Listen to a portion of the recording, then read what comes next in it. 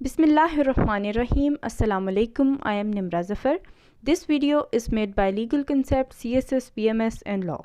Before starting our today's lecture, please subscribe the channel and hit the bell icon so that you may get notifications of the new videos timely. Let's move towards our today's topic. Last video में हम लोगों ने discuss किए थे fundamental rights article number 8 से लेकर 17 तक. आज हम स्टार्ट करेंगे आर्टिकल नंबर 18 से ऑनवर्ड. अब हम स्टडी करते हैं आर्टिकल नंबर 18 को.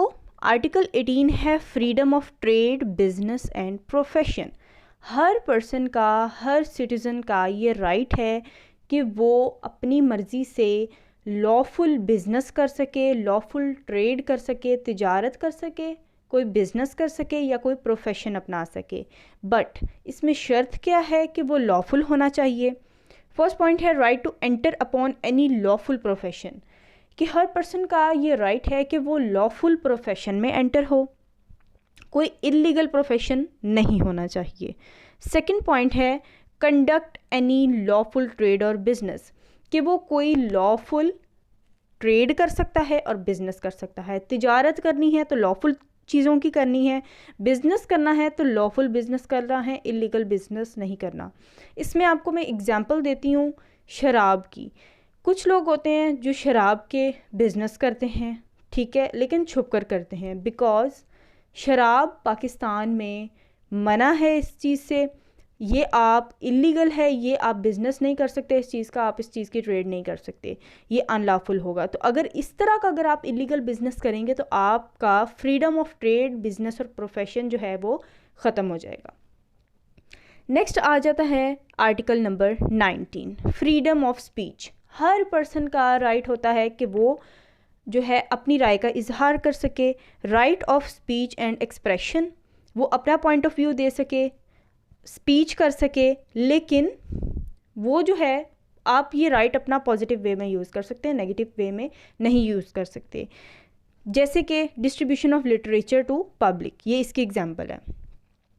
नेक्स्ट पॉइंट है freedom of communication by lawful means, कि आप लॉफुल तरीके से कम्युनिकेशन कर सकते हैं, आप लॉफुल तरीके से अपनी राय का इजहार कर सकते हैं. जैसे कि लाउड स्पीकर के थ्रू. सोशल मीडिया आजकल जो है एक ऐसा प्लेटफॉर्म है जहाँ पर आप कम्युनिकेट कर सकते हैं, ठीक है.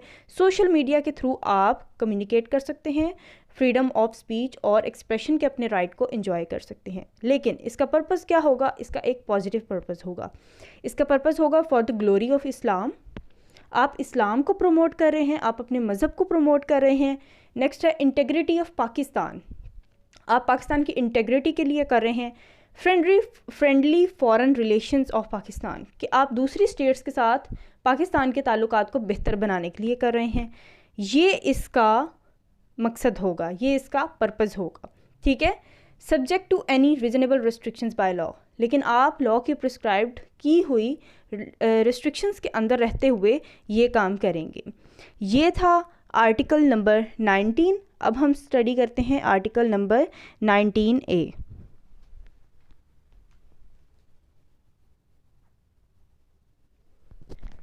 Next is article number 19A which is about right to information. हर सिटीज़न का, हर पाकिस्तान में रहने वाले पर्सन का ये राइट है कि उसे इंफॉर्मेशन प्रोवाइड की जाए. इंफॉर्मेशन किस चीज़ की? मैटर्स ऑफ पब्लिक इम्पॉर्टेंस की. मतलब कि लोगों के इंटरेस्ट के लिए अगर कोई काम हुकूमत कर रही है तो उसकी इंफॉर्मेशन का राइट जो है वो लोगों को होता है. जैसे कि एग्जांपल यहाँ पर दी है CPEC की. CPEC मुआहिदा ये एक करंट जो है, CPEC जो है एक करंट टॉपिक भी है और बहुत इंपॉर्टेंट टॉपिक भी है, ठीक है. अब subject to restrictions imposed by law. अब इसमें हम एग्जांपल लेते हैं कि हमें लोगों को वो इंफॉर्मेशन किस तरह प्रोवाइड करते हैं. आजकल सोशल मीडिया के थ्रू हमें इंफॉर्मेशन मिल रही है, हमें न्यूज़ चैनल्स के थ्रू इंफॉर्मेशन मिल रही है. तो ये हमारा 19A article right to information जो है ये हमें मिल रहा है. नेक्स्ट आर्टिकल पे आते हैं, article number 20। Article 20 is about the freedom to profess religion. Profess religion मतलब, प्रोफेस का मतलब होता है कि आप प्रीच करें अपने रिलीजन को, एंड मैनेज रिलीजियस इंस्टीट्यूशंस, और अपने रिलीजियस इंस्टीट्यूशंस को मैनेज भी कर सकते हैं, मेंटेन भी कर सकते हैं। ये हर पर्सन का राइट है। इसके हम फर्स्ट क्लॉज में देखते हैं, राइट टू प्रोफेस मतलब preach, practice and propagate any religion, के कोई भी पर्सन पाकिस्तान में रहते हुए अपने रिलीजन को प्रीच कर सकता है, उसकी तबलीग कर सकता है, उसे प्रैक्टिस कर सकता है और प्रोपेगेट भी कर सकता है। ठीक है। उसके बाद बी क्लॉज में हम देखते हैं कि एवरी सेक्ट जो है, हर जो है तबका, वो एस्टेब्लिश कर सकता है और मेंटेन कर सकता है अपने रिलीजियस इंस्टीट्यूशंस को, इदारे बना सकता है अपने रिलीजन के। ठीक है। ये हर पर्सन का राइट होता है। ये था आर्टिकल नंबर 20। अब हम नेक्स्ट स्टडी करते हैं आर्टिकल नंबर 21 को। Next article is article number 21, which is about the safeguard against taxation for the purpose of any particular religion. Her person का ये राइट है कि वो अपने रिलीजन की प्रैक्टिस कर सकता है। ठीक है। अब यहाँ पर सेफगार्ड अगेंस्ट टैक्सेशन मतलब no person shall be compelled to pay tax to proceed his religion, कि किसी पर्सन को आप ज़बरदस्ती कंपेल नहीं कर सकते, मजबूर नहीं कर सकते कि वो अपने रिलीजन को प्रोसीड करने के लिए, पाकिस्तान में अपने रिलीजन को प्रैक्टिस करने के लिए जो है वो टैक्स पे करे। ठीक है। और अपने रिलीजियस इंस्टीट्यूशंस को मेंटेन करने के लिए मतलब पैसे दे। ये था आर्टिकल नंबर 21। नेक्स्ट है article number 22, safeguard as to educational institutions in respect of religion etcetera. इसमें क्या बताया हुआ है कि इसका फर्स्ट क्लॉज ये बताता है कि no person shall be compelled to receive religious instructions other than his own. मतलब कि अगर कोई माइनॉरिटी भी है, कोई भी कम्युनिटी के लोग हैं, वो अपने रिलीजन को प्रैक्टिस कर सकते हैं, उनको इस बात की इजाज़त है, लेकिन कोई पर्सन किसी दूसरे बंदे को कंपेल नहीं कर सकता कि वो उनके मज़हब की इबादत करें, उनके मज़हब को जो है वो प्रैक्टिस करें। ठीक है। मतलब उनको कंपेल नहीं किया जा सकता कि वो किसी और रिलीजन की जो है वो इंस्ट्रक्शंस को सुने। सेकंड क्लॉज जो है, no discrimination any community, no discrimination in any community in granting concession in relation to taxation, कि अगर कोई भी सेक्ट है, कोई तबका है, कोई कम्युनिटी भी है, तो उनके दरमियान फ़र्क नहीं किया जाएगा। अगर टैक्स देने में किसी भी सेक्ट को या कम्युनिटी को रिलैक्सेशन मिल रही है तो वो सबको मिलेगी। डिस्क्रिमिनेशन किसी भी कम्युनिटी के दरमियान में नहीं होगी।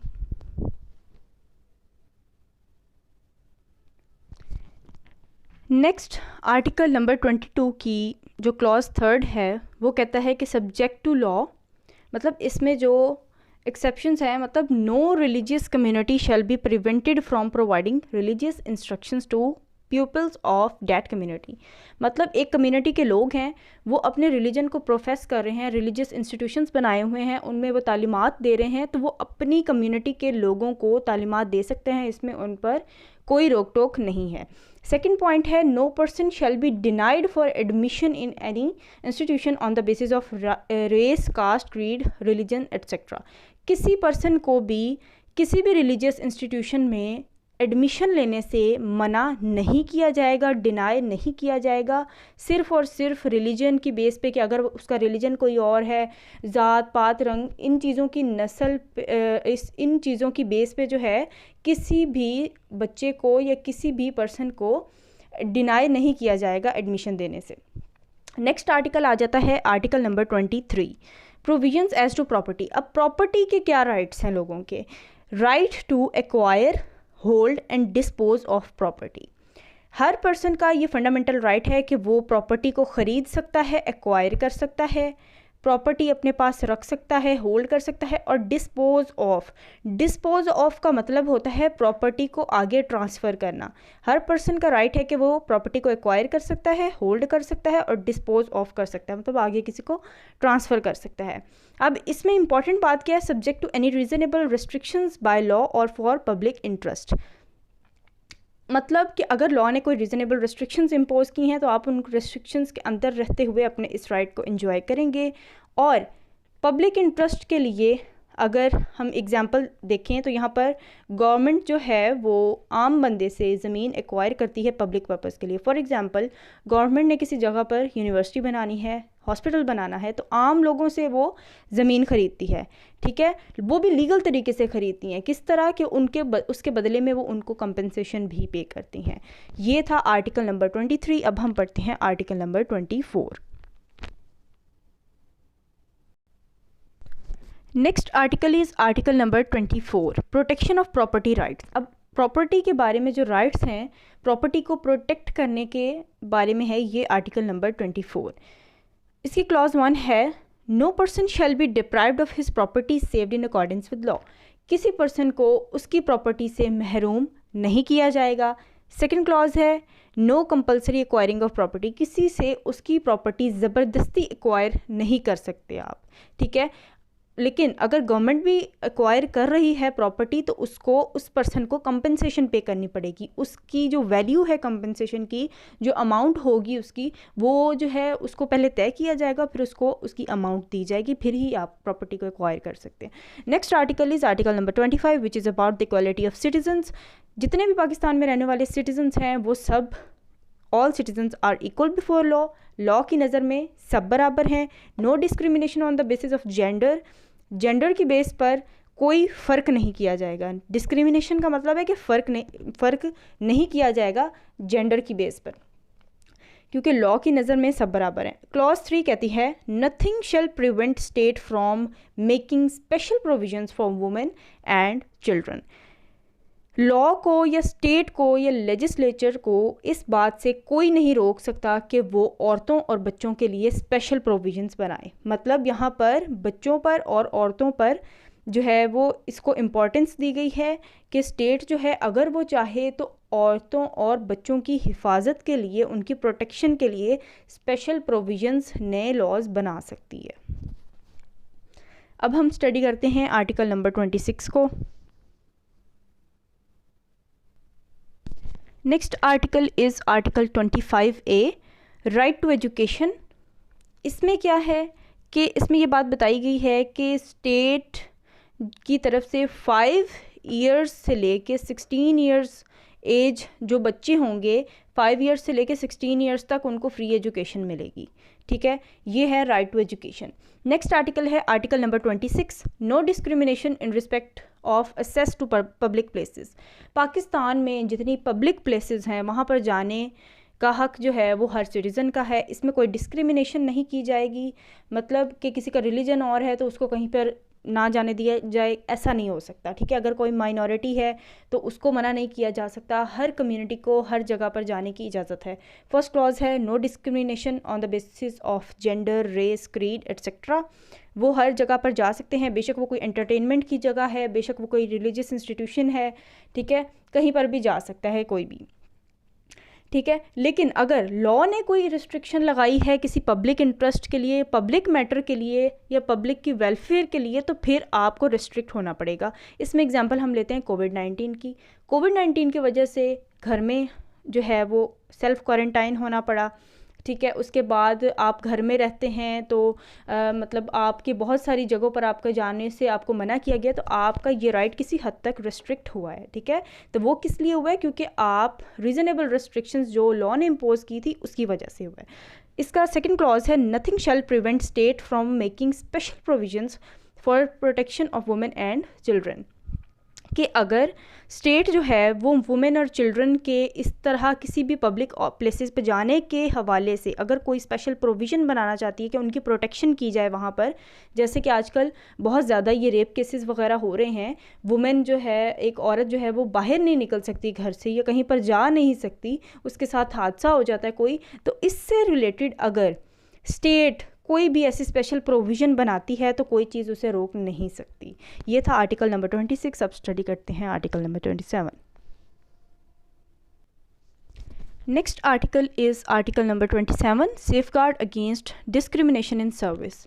अगर पाकिस्तान में कोई सिटीज़न पाकिस्तान में सर्विस करना चाहता है, कोई भी गवर्नमेंट जॉब करना चाहता है, तो इसमें कोई डिस्क्रिमिनेशन नहीं होगी on the basis of gender, caste, creed, race, religion, इस चीज़ में कोई डिस्क्रिमिनेशन नहीं होगी, जो पर्सन चाहेगा वो पाकिस्तान में जॉब कर सकता है। लेकिन इसमें एक्सेप्शन क्या है, हो सकता है मतलब एक्सेप्शन ये है कि 40 ईयर्स से ज़्यादा नहीं वो कर सकता, और ये भी हो सकता है कि स्टेट ने जो है वो पोस्ट रिज़र्व की हों किसी जो है ना स्पेसिफिक जेंडर के लिए, उनको लगता हो कि ये जेंडर जो है इस पोस्ट के लिए ज़्यादा फिट है, या ज़्यादा अच्छे से जो है अपनी सर्विस कर सकता है, तो उनके लिए जो सीट्स हैं वो रिज़र्व की जा सकती हैं। Next and last article is article number 28, preservation of language, script and culture. मतलब हर सिटीज़न को राइट होगा कि वो अपनी लैंग्वेज को प्रमोट कर सके, कोई भी लैंग्वेज बोल सकता है, वो अपने कल्चर को प्रमोट कर सके, etcetera. Subject to article 251। Article 251 के according any person can promote his language and culture. कोई पर्सन भी अपनी लैंग्वेज को और अपने कल्चर को प्रमोट कर सकता है उस कंट्री में रहते हुए पीसफुल तरीके से, ठीक है, लॉफुल तरीके से। और second one is to establish institutions for it, और उसके लिए इंस्टीट्यूशंस भी बना सकता है। So this was all about our today's lecture. Thanks for watching the video. If you have any question, do write in the comment section. And if you like the video, then don't forget to like, share and comment. Thank you so much.